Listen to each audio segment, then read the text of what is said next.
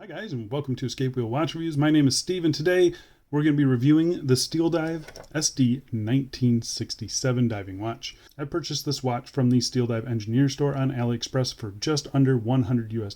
That's during that past anniversary sale that just ended. That is the lowest price that I've seen it go since release. So if you are patient, you can get around a 20% off sale on this thing. And if by the end of this review you want to purchase one of these, I'll be leaving a link down in the video description. That is an affiliate link. You guys don't pay any extra. I just earn a little bit of commission. That helps keep the channel running. So again, huge thank you to anyone who's ever used those links. The retail price for this watch on the bracelet is around $137 US. That's before any taxes, VAT, customs, duties, etc. Like I said, they do participate in the sale. So if you are patient, you can get a pretty good price on this thing. The watch is available in a few different color options that you can see on screen, and then you have the option of saving about $7 and getting it on a color matched rubber strap. I think the bracelet is probably good enough that you should just spend the extra $7 and get it on the bracelet. The watch case is made of 316L stainless steel. It has a sapphire crystal, screw down crown, screw down case back, 200 meters of claimed water resistance, and the watch is powered by the Seiko automatic NH35 movement. So I have always kind of liked this style of watch.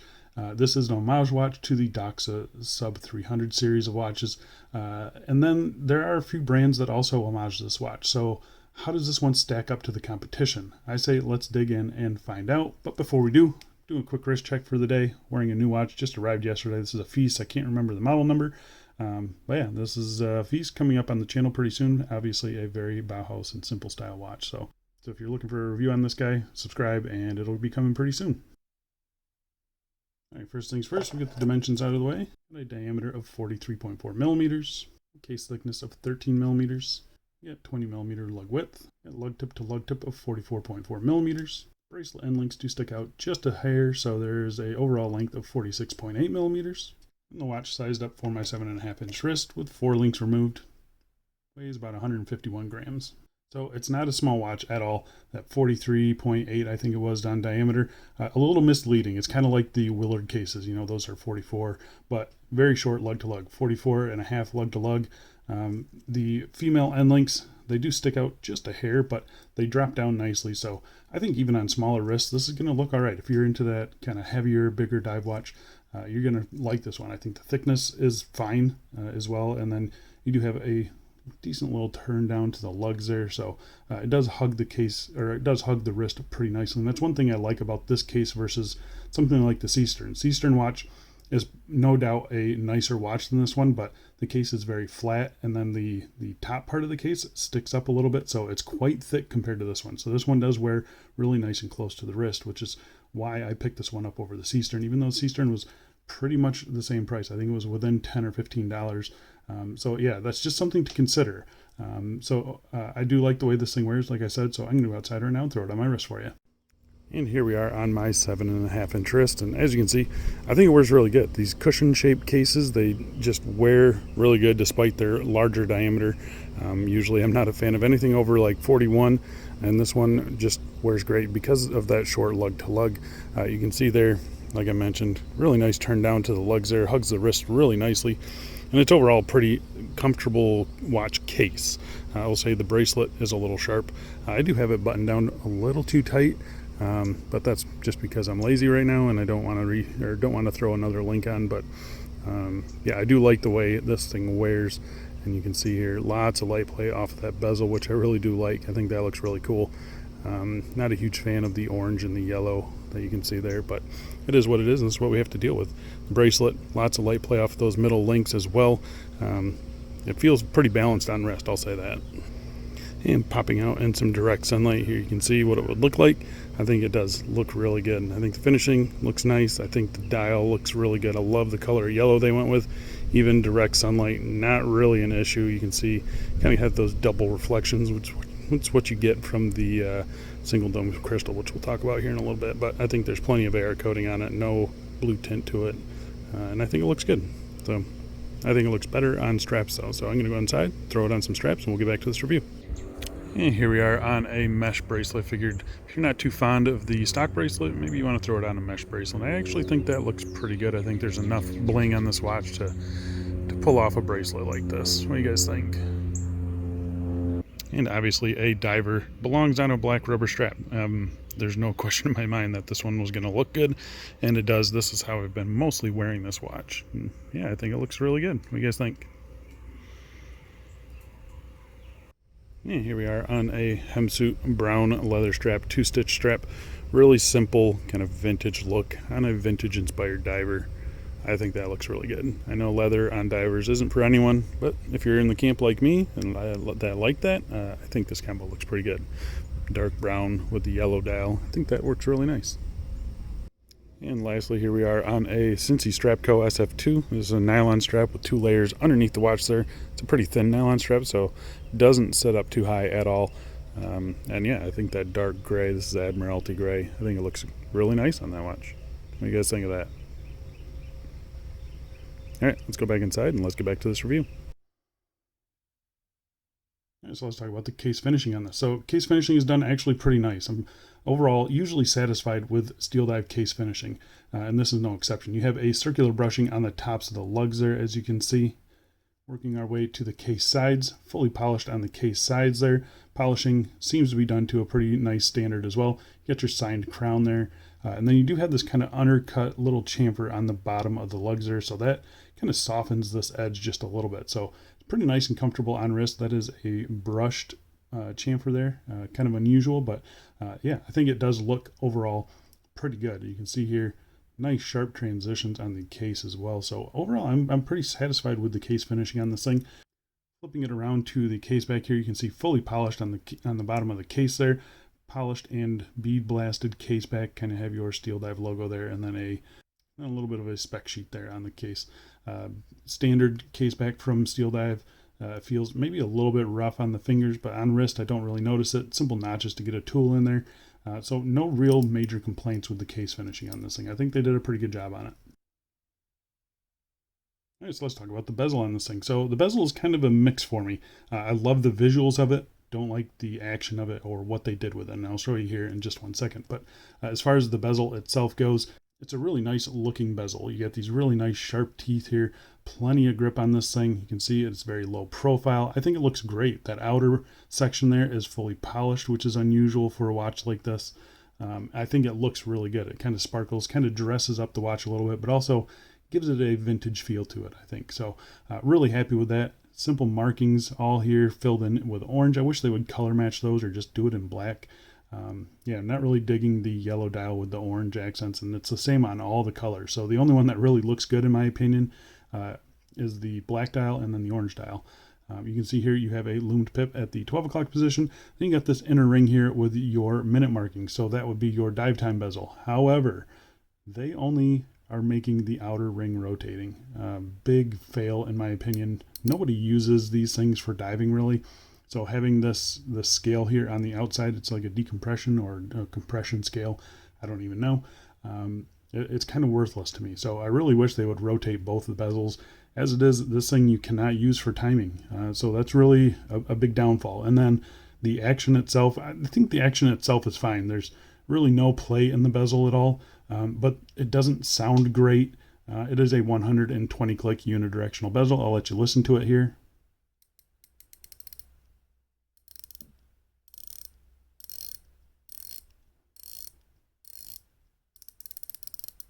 So it doesn't really sound all that premium, I'll say that. The clicks are pretty nice and precise.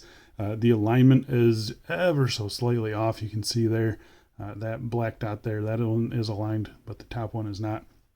And it's not a bezel insert, so it's not something you can really fix. So, and then obviously you can see anytime you do turn this bezel, you get plenty of fingerprints on it. So yeah, a little bit of a miss on the bezel in my opinion. It's not horrible, but it's not great either. All right, so let's talk about the crystal. First things first, we'll test it for sapphire. Let's see, it is sapphire crystal. So it's a single dome sapphire crystal. You can see there, that distortion there, that tells me that it's a single dome. So it's flat on the bottom and then curved on the top. You can see it sits barely above the bezel there. Nice chamfer on the outside too. Usually I'm not a fan of this style of crystal. However, Steeldive have put up a lot of anti-reflective coating on this thing, so it's really not that bad. My usual issue with these things is you can kind of see it right here. You can see that wider spot on the dial there. That's one reflection. And then you can see this narrower one here. That's another reflection. So you can get these double reflections with single dome crystals. But like I said, they put a ton of AR coating on it, so it really doesn't bother me on this model. So kudos to Steeldive. One nice thing about these single dome crystals is that they are magnifying, so the dial appears a little bit bigger, the rehaut appears a little bit shallower, so it gives a pretty cool, I guess, a premium look to it. And then if you do like that distortion there, which I think everybody likes that distortion, you get that as well. So it's actually a pretty good crystal on this one. All right, so let's talk about the dial on this thing. So the dial is really nice, actually. I do like this thing a lot. It's kind of that typical Doxa asymmetrical layout there with the Steeldive logo there at the kind of 1030 position, and then 430 position down here. You got your automatic 600 feet, and then you do have your Steeldive logo down here. So really interesting. I like the crosshairs. I like the contrasting black borders to the indices there. Everything is just printed on here, but it's actually printed very nice, very crisp. You got a nice big minute track printed around the outside. Overall, very satisfied with it. Frame date window there as well. The handset that they use, I know it's always kind of controversial. You got a really big, bold minute hand there, and then this little tiny sliver of an hour hand. That is, again, a nod to the Doxa. So yeah, it is what it is. I don't mind it at all. I think it looks pretty cool.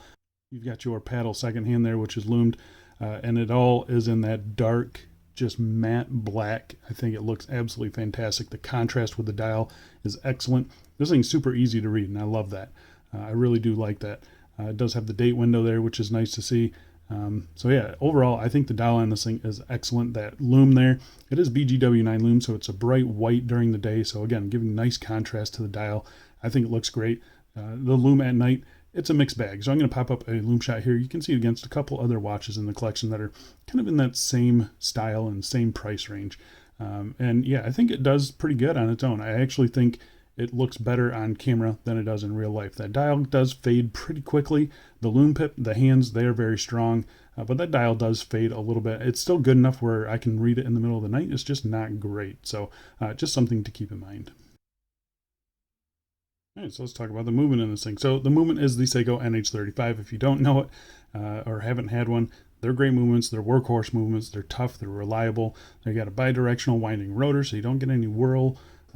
It's 21,600 beats per hour, so 6 ticks of the second hand every second, and hand winds, and then you got a quick set date. So really happy with these movements. This is how mine has been running, plus 19 seconds. That's creeping up there towards the higher end of what I expect from an NH35. So I don't think Steeldive is regulating these things at all, which is not really a surprise to me.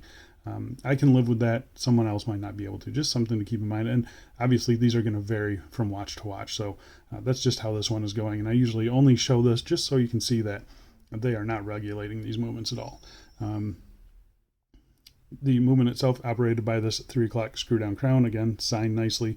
Big crown, plenty of grip on it. You can see here, nice screw out action, nice and smooth. It doesn't give a satisfying pop out as well. First position is your hand winding. Second position is your date change here. Oops. No issues there. It's centered in there pretty nicely. Third position will hack the movement, and this is where you set the time. Everything functions as it should. And like I said, this thing, the screw in action is actually pretty smooth on this thing. It's one of those ones where you're winding the movement while you're screwing it in, so just something to keep in mind. All right, so let's talk about the bracelet on this thing. So the bracelet is 20 millimeters and it tapers down to 18 millimeters at the clasp. You can see here it is a 7-link bracelet, and it is all solid links. So you have solid links, solid end links, female pivot end links as well. The bracelet looks pretty good. The outside brushing is done fairly nice. It does have polish on the ends there, and then all polished middle links there. You can see those middle links, the polishing could use a little bit of work, but it's such a small surface that it doesn't really bother me too much. You have the split pin design for sizing. I removed 4 links for my 7.5-inch wrist. The end links are in here, fairly solid. They got no real wiggle to them. My big complaint though is that they do stick out, and you can even see the spring bar hole there. So yeah, it's something that they could definitely work on. Not a great look in my opinion. I know there's not a whole lot of room to work with, so I think they did what they had to do, but yeah, it's just not a great or not a clean look to it at all. The articulation of the links, not very great as well. I get these links, they sometimes hang up on each other. The end links sometimes hang up on each other. So yeah, it's not a super smooth bracelet, and this bottom edge is a little bit sharp. So yeah, just something to note. The bracelet is not the most comfortable. And working our way down to the clasp here, you can see brushing on the top, polishing on the sides, plenty of micro adjusts. You got nice branding as well, so that's nice to see. It's a pressed outer shell, milled inner parts. You can see here it's a little bit stiff on the flip lock there, which is not a bad thing. It's not wobbling around or anything like that, and it's easy enough to get a finger under there. 2 button pushers here. Like I said, fully milled on the inside part. This tolerance right here, really nice and tight. Tolerance at the clasp is also nice and tight. So this thing does open and close pretty consistent. However, you can see right here, this flip lock sometimes catches on the clasp itself. I don't know why that happens or how that happens, but it does happen. It is, you can see the clasp is latched, so there's a little bit of slop here, as you can see. So just something to know if you're having trouble opening and closing this thing. That's probably it right there. So yeah, no on the fly adjustment or anything like that. And again, nice solid clicks. So yeah, it's not going to flop around on you. It's not going to come undone. Overall, very slim profile, pretty comfortable clasp, I would say. The bracelet definitely needs some work though. The articulation on the links is not great at all. So yeah, the bracelet on this thing, it's not great, but you know, I still think for $7 you should probably get it on the bracelet. So there you go, guys. What do I think about this watch compared to the Tactical Frog, which I believe, I mean, the Tactical Frog case is exactly the same as this thing, in my opinion. I mean, it is really close to this one, if it's not the same case. So I think case for case, I think that Tactical Frog is probably a nicer watch. It is a little bit more expensive, but I think it's a nicer watch. The Lume isn't quite as good as this, I wouldn't say, but the crystal is just as good. I think their bracelet is a little bit better as well. I had problems with their clasp too, I think, though. So do watch the review of the Tactical Frog. I'll try and put that up here. But yeah, I think versus the Seestern, I definitely think the Seestern is going to be a nicer watch. The bracelet is going to be much nicer. The clasp will be much nicer. The Lume should probably be on par or better. Bezel, I believe both rings rotate, and it probably has better bezel action. But the case is my issue with the Seestern. It doesn't have this nice little curvature. It's very flat and very tall. So this one I think is going to wear a little bit closer to the wrist. So that's just kind of one of those things, right? I kind of wish I could marry those two, the Seestern and this case, together into this perfect Doxa homage for me. But yeah, I think, you know, for maybe $10 extra, you should probably go with the Seestern, unless you're really going after that case shape. Other than that, though, the watch is okay. I don't think it's a bad watch at all. It's just could be better, and they have a few missteps in my opinion. The bracelet is kind of a misstep, and then the bezel is a huge misstep in my opinion. So yeah, that's kind of what I have to say about that. Thanks a lot for watching, guys, and I'll see you in the next one. See ya.